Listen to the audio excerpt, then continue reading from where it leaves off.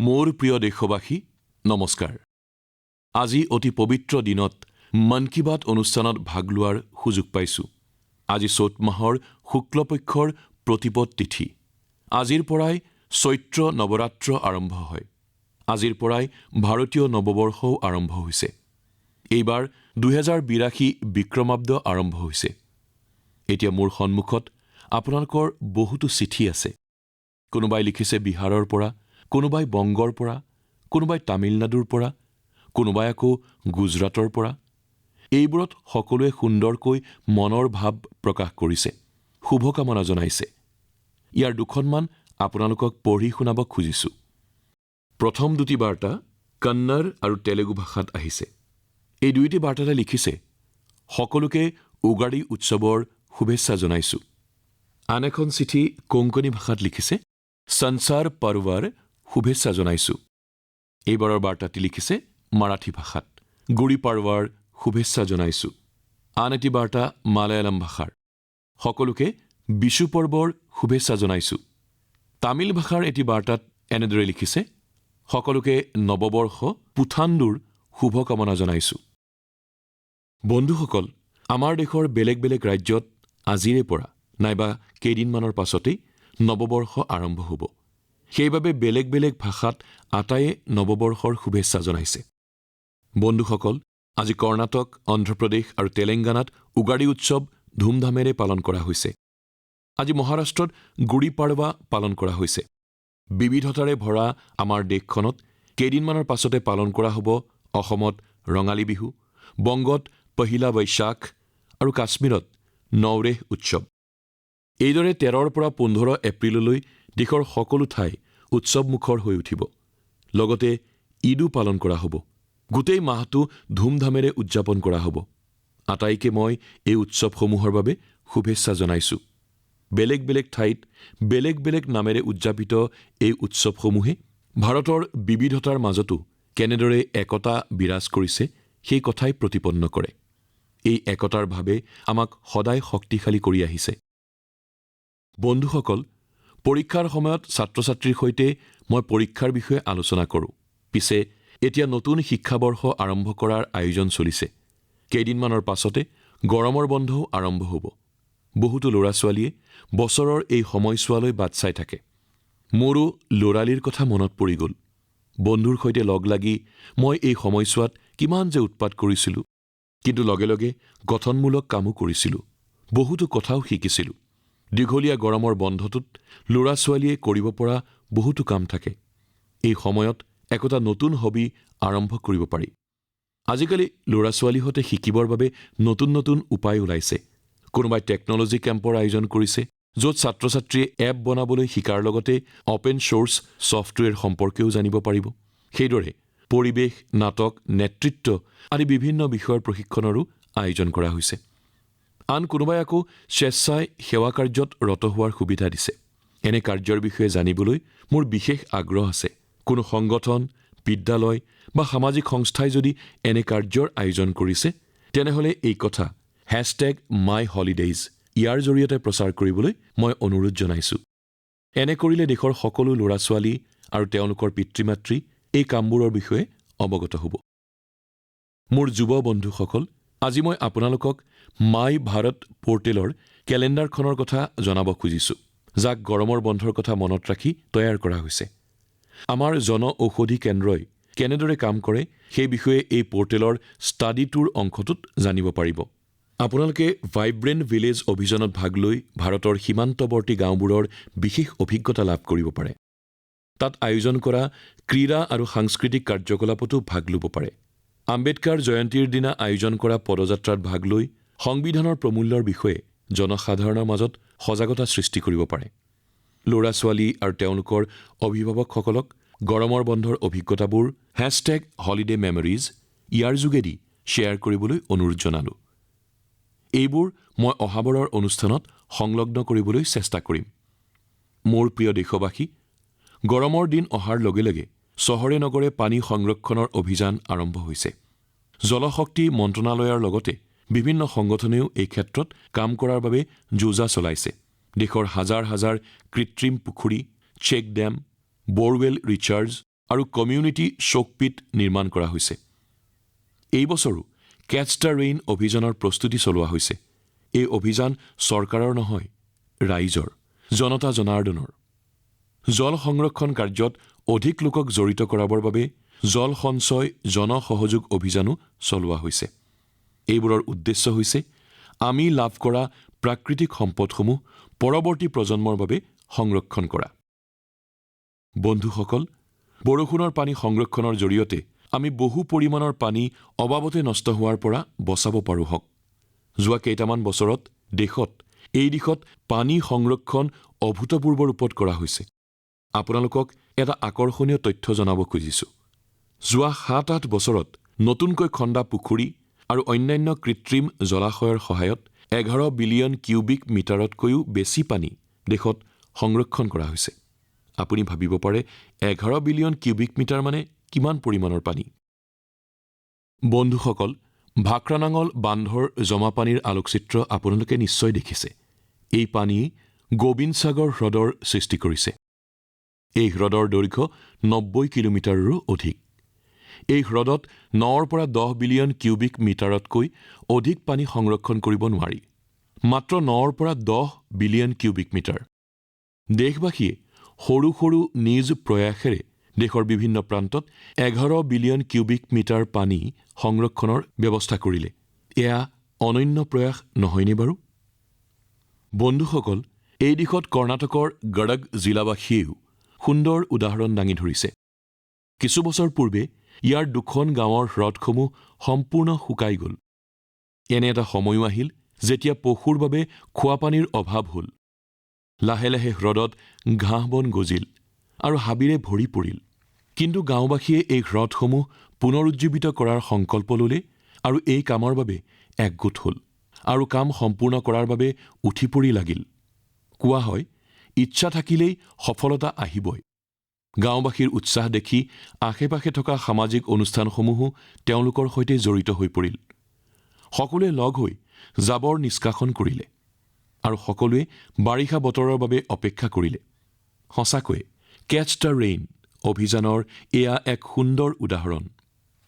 বন্ধুসকল, আপোনালোকেও একেলগ হৈ এনে প্ৰয়াসৰ সৈতে জড়িত হ'ব পাৰে। এই জন আন্দোলনক আগবঢ়াই লৈ যোৱাৰ বাবে এতিয়াৰে পৰা আঁচনি প্ৰস্তুত কৰক।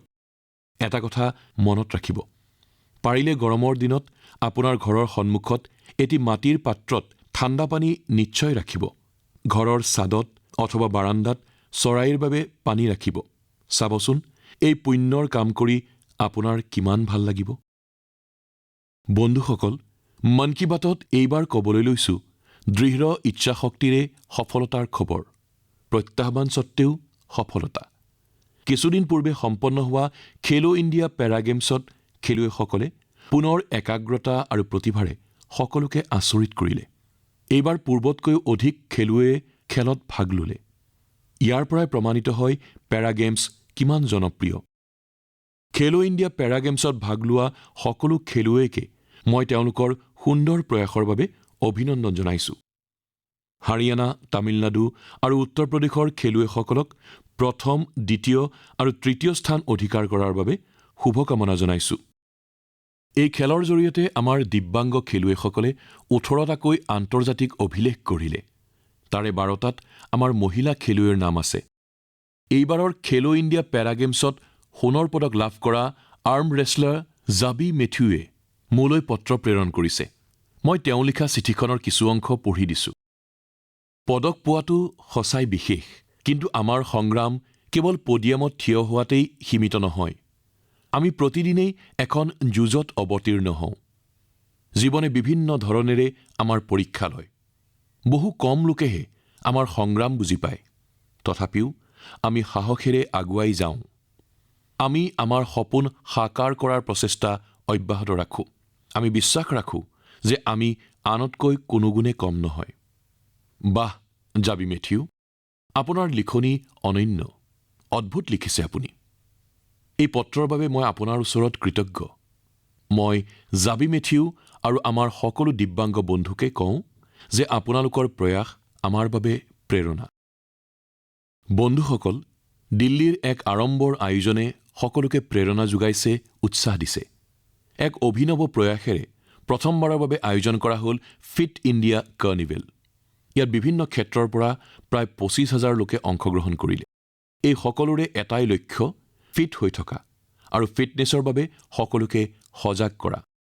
এই আয়োজনত অংশগ্ৰহণ কৰাসকলে স্বাস্থ্যৰ লগতে পৰিপুষ্টিৰ সৈতে জড়িত তথ্য লাভ কৰে। মই বিচাৰোঁ আপোনালোকেও আপোনালোকৰ অঞ্চলত যাতে এনেধৰণৰ উৎসৱৰ আয়োজন কৰে। এই ক্ষেত্ৰত মাই ভাৰতৰ পৰা আপোনালোকে বহুত সহযোগ পাব পাৰে। বন্ধুসকল, আমাৰ পাৰম্পৰিক খেলসমূহ এতিয়া জনপ্ৰিয় সংস্কৃতি হিচাপে মিলিত হৈছে। বিখ্যাত ৰেপাৰ হনুমান কাইণ্ডক আপোনালোকে নিশ্চয় জানে। এতিয়া তেওঁৰ নতুন গান ৰাণ ইট আপ খুবেই জনপ্ৰিয় হৈছে। ইয়াত কলৰিয়াপট্টু, গটকা আৰু থাংতাৰ দৰে আমাৰ পৰম্পৰাগত সমৰ কলাক অন্তৰ্ভুক্ত কৰা হৈছে। মই হনুমান কাইণ্ডক শুভেচ্ছা জনাইছোঁ। তেওঁৰ প্ৰয়াসৰ বাবেই বিশ্ববাসীয়ে আমাৰ পৰম্পৰাগত সমৰ কলাৰ বিষয়ে জানিব পাৰিছে। প্ৰিয় দেশবাসী, মাই গভ আৰু নমো এপৰ জৰিয়তে প্ৰতিমাহে মই আপোনালোকৰ বহুতো বাৰ্তা পাওঁ। বহু বাৰ্তাই মোৰ অন্তৰ চুই যায় আৰু কিছু বাৰ্তাই মোক গৰ্বিত কৰে। বহুবাৰ এই বাৰ্তাসমূহত আমাৰ সংস্কৃতি আৰু পৰম্পৰাৰ বিভিন্ন তথ্য থাকে। এইবাৰ যিটো বাৰ্তাই মোক আকৰ্ষণ কৰিলে সেইটো আপোনালোককো জনাবলৈ বিচাৰিছোঁ। বাৰাণসীৰ অথৰ্ভ কাপুৰ, মুম্বাইৰ আয়ুষ লেখা আৰু অত্ৰেয় মানে মই অলপতে কৰা মৰিছাছ যাত্ৰাৰ বিষয়ত তেওঁলোকৰ মনৰ ভাৱ ব্যক্ত কৰিছে। তেওঁলোকে লিখিছে, এই যাত্ৰাত গীত গবৈৰ প্ৰদৰ্শনে তেওঁলোকক আনন্দিত কৰিছে। পূব উত্তৰ প্ৰদেশ আৰু বিহাৰৰ পৰা অহা বহু পত্ৰত মই এনে সংবেদনশীলতা দেখিবলৈ পাইছোঁ। মৰিছাছত গীত গবৈৰ সুন্দৰ প্ৰদৰ্শনৰ সময়ত মই তাত যি অনুভৱ কৰিলোঁ সেয়া সঁচাকৈয়ে অপূৰ্ব।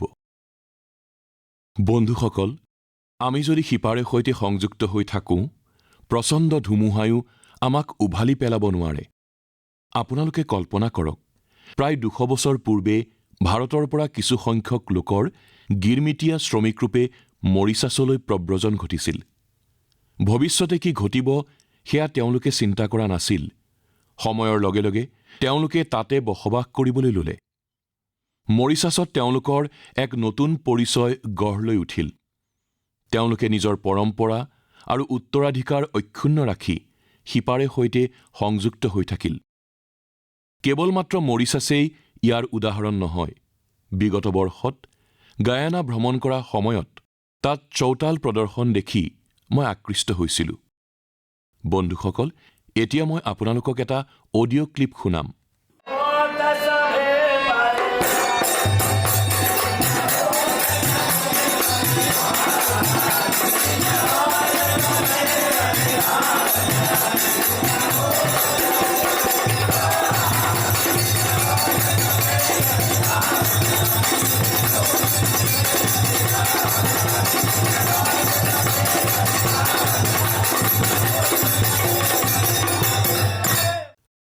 আপোনালোকে নিশ্চয় ভাবিছে এয়া আমাৰ দেশৰে কোনো এক অংশৰ কথা বুলি। কিন্তু জানি আচৰিত হ'ব যে এই কথাৰ সম্বন্ধ ফিজিৰ সৈতে। এয়া ফিজিৰ জনপ্ৰিয় ফগৱা চৌতাল। এই গীত আৰু সংগীতে সকলোৰে মন আলোড়িত কৰি তোলে। মই আপোনালোকক আৰু এটা অডিঅ' ক্লিপ শুনাওঁ।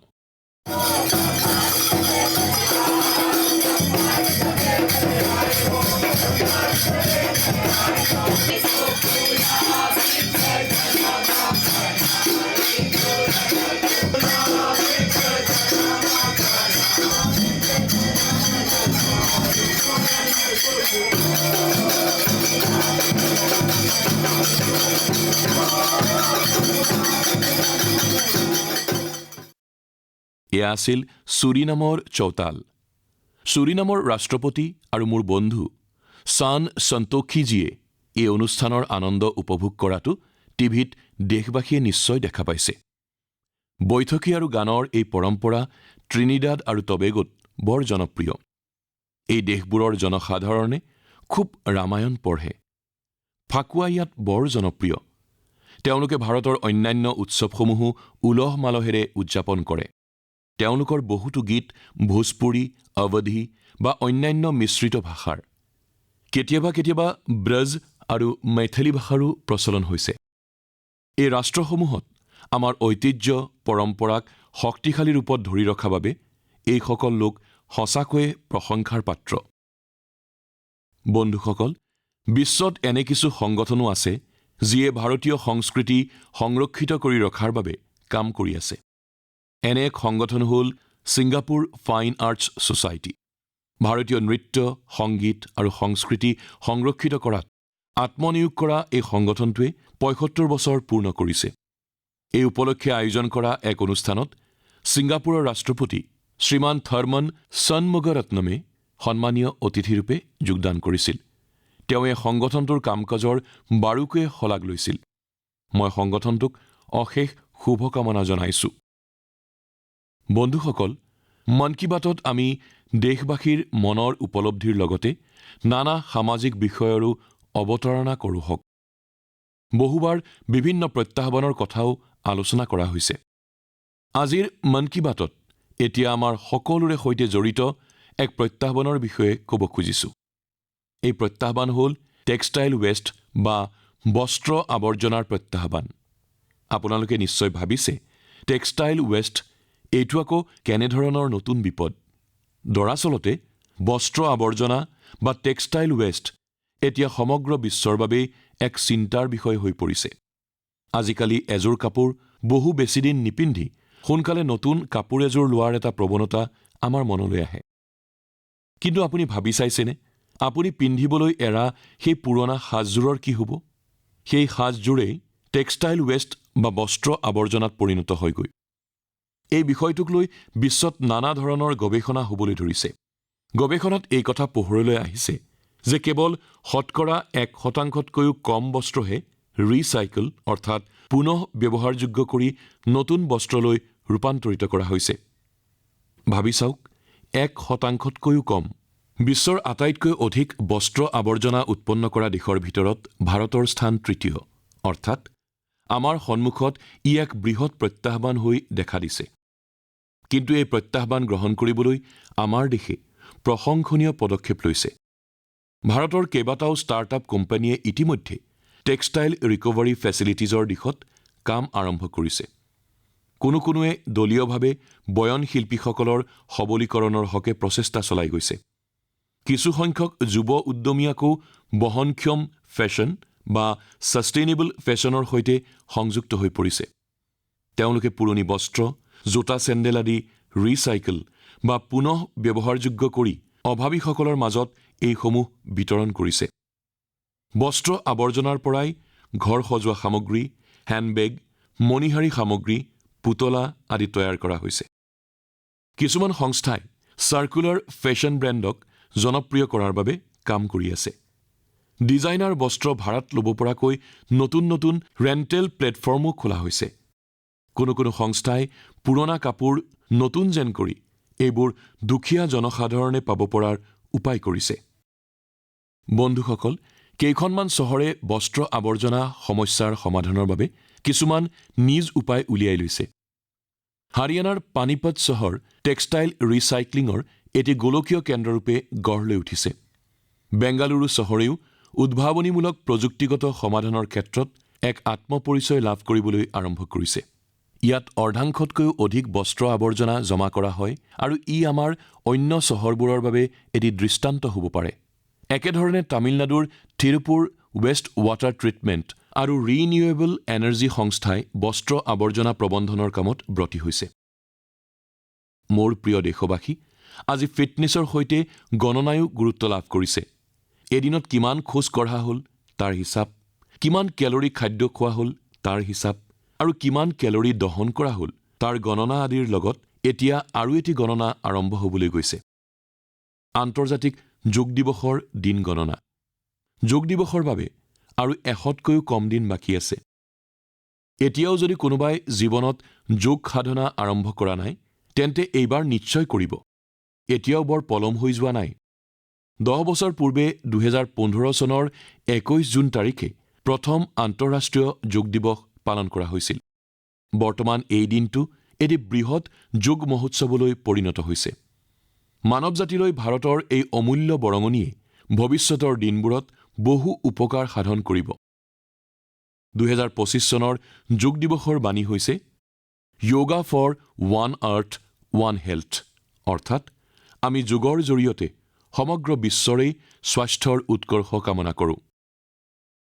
বন্ধুসকল, আমাৰ বাবে অতি গৰ্বৰ বিষয় হৈছে যে আজি আমাৰ যোগ আৰু পৰম্পৰাগত ভেষজ সম্পৰ্কে সমগ্ৰ বিশ্বৰ অনুসন্ধিৎসা বৃদ্ধি পাবলৈ ধৰিছে।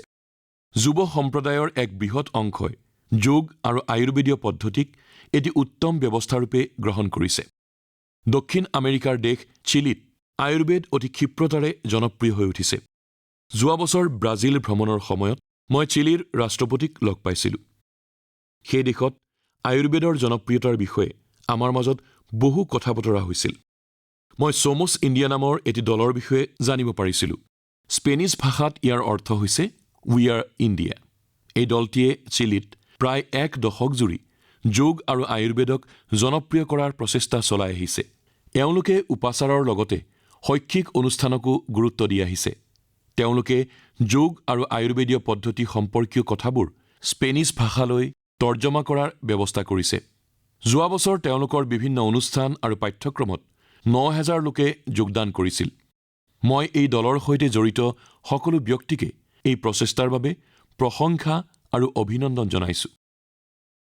মোৰ প্ৰিয় দেশবাসী, মন কী বাতত এইবাৰ এটি আমোদজনক প্ৰশ্ন কৰিব বিচাৰিছোঁ। আপুনি কেতিয়াবা ফুল এটিৰ জীৱন কথা সম্পৰ্কে ভাবি চাইছেনে? গছ-লতাৰ পৰা উৎপত্তি হোৱা বহু ফুলৰে জীৱন যাত্ৰা মন্দিৰমুখী হয়। কিছুমান ফুলে ঘৰৰ সৌন্দৰ্য বৰ্ধন কৰে আৰু আন কেতবোৰে চৌদিশে সুবাস বিয়পায়। কিন্তু মই আজি আপোনাসৱক ফুলৰ অন্য এক যাত্ৰাৰ বিষয়ে ক'ব খুজিছোঁ। আপোনালোকে নিশ্চয় মহুৱা ফুলৰ বিষয়ে শুনিছে। আমাৰ দেশৰ গাঁওসমূহত আৰু বিশেষকৈ আদিবাসী সম্প্ৰদায়ৰ লোকসকল এই ফুলৰ গুণাগুণ সম্পৰ্কে অতিকৈ জ্ঞাত। দেশৰ বিভিন্ন প্ৰান্তত এই মহুৱা ফুলে এতিয়া এক অন্য যাত্ৰাত গতিশীল হৈছে। মধ্যপ্ৰদেশৰ চিন্দৱাৰা জিলাত এই মহুৱা ফুলৰ পৰা সম্প্ৰতি কুকিজ প্ৰস্তুত কৰা হৈছে। ৰাজাখোহ গাঁৱৰ ৪গৰাকী বাই-ভনীৰ প্ৰচেষ্টাত এই কুকিজ এতিয়া অতি জনপ্ৰিয় হৈ পৰিছে। এই মহিলাসকলৰ উৎসাহ দেখি এটি ডাঙৰ প্ৰতিষ্ঠানে তেওঁলোকৰ ফেক্টৰীত মহিলা কেইগৰাকীক প্ৰশিক্ষণ দিয়ে। এই কথাৰে প্ৰেৰিত হৈ গাঁওখনৰ আৰু মহিলাই তেওঁলোকৰ সৈতে জড়িত হৈ পৰে। এওঁলোকে প্ৰস্তুত কৰা মহুৱা কুকিজৰ চাহিদা দ্ৰুতগতিত বৃদ্ধি পাবলৈ ধৰিছে। তেলেংগানাৰ আদিলাবাদ জিলাৰ দুগৰাকী বাই-ভনীয়েও এই মহুৱা ফুলক লৈ নতুন পৰীক্ষণ আৰম্ভ কৰিছে। এওঁলোকে মহুৱা ফুল ব্যৱহাৰ কৰি নতুন নতুন খাদ্য সম্ভাৰ প্ৰস্তুত কৰিছে আৰু লোকসকলো ইয়াৰ প্ৰতি আকৃষ্ট হৈছে। এওঁলোকৰ খাদ্য সম্ভাৰত আদিবাসীয় জুতিও আকৰ্ষণৰ কাৰণ হৈছে। বন্ধুসকল, মই আপোনালোকক কৃষ্ণকমল নামৰ আন এবিধ ফুলৰ বিষয়ে ক'ব খুজিছোঁ। আপুনি বাৰু গুজৰাটৰ একতা নগৰৰ ষ্টেচ্যু অৱ ইউনিটি চাবলৈ গৈছেনে? এই ষ্টেচ্যু অৱ ইউনিটিৰ আশে-পাশে থকা অঞ্চলসমূহত এই কৃষ্ণকমল ফুল যথেষ্ট পৰিমাণ দেখা যায়। এই ফুলে পৰ্যটকৰ মন মোহিত কৰি তোলে। এই ফুল একতা নগৰৰ আৰোগ্য বন, একতা নাৰ্চাৰী, বিশ্ব বন আৰু মিয়াৱাকি বনত আকৰ্ষণৰ কেন্দ্ৰ হৈ পৰিছে। এই অঞ্চলত পৰিকল্পিতভাৱে লক্ষাধিক কৃষ্ণকমল বৃক্ষ ৰোপণ কৰা হৈছে। আপুনিও আপোনাৰ চৌপাশ পৰ্যবেক্ষণ কৰিলে ফুলৰ আমোদজনক যাত্ৰাৰ বিষয়ে জানিব পাৰিব। আপোনাৰ অঞ্চলৰ ফুলৰ এনে অনন্য কাহিনী মোলৈ লিখি পঠিয়াব। মোৰ প্ৰিয় বন্ধুসকল, আপোনালোকে আগৰ দৰে এতিয়াও আপোনালোকৰ বিশ্বাস, উপলব্ধি, অভিজ্ঞতা আৰু অন্য তথ্যৰ বিষয়ে মোক অৱগত কৰিব। হ'ব পাৰে যি কথা আপোনাৰ বাবে অতি সাধাৰণ যেন লাগে সেয়া আন লোকৰ বাবে অতিশয় আমোদজনক আৰু চিন্তাকৰ্ষক হ'ব পাৰে। অহা মাহত আমি পুনৰ লগ হ'ম আৰু আমাক প্ৰেৰণা যোগোৱা বিষয় কিছু আলোচনা কৰিম। আপোনালোক সকলোকে বহুত বহুত ধন্যবাদ। নমস্কাৰ।